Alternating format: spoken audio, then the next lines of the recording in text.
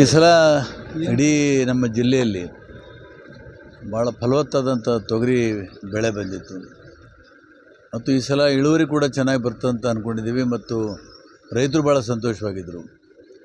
ಆದರೆ ಆಕಸ್ಮಿಕವಾಗಿ ಹವಾಮಾನದ ವೈಪರೀತ್ಯದಿಂದ ಏನೋ ಒಂದು ಹೊಸ ರೋಗ ಬಂದಿದೆ. ನಾವು ಯಾವತ್ತೂ ನೋಡಿಲ್ಲ ರೋಗ.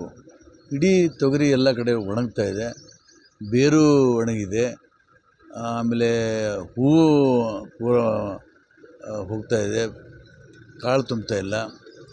ಇದೊಂದು ವಿಚಿತ್ರವಾದಂಥ ರೋಗ ನಾವು ನೋಡ್ತಾ ಇದ್ದೀವಿ. ಈಗ ಸರ್ಕಾರ ತಕ್ಷಣ ವಿಜ್ಞಾನಿಗಳನ್ನು ಕಳಿಸಿ ಈಗಾಗಲೇ ಮಾತಾಡಿದ್ದೀನಿ. ವಿಜ್ಞಾನಿಗಳು ಇವತ್ತು ಹೋಗ್ತಾ ಇದ್ದಾರೆ ತಂಡ.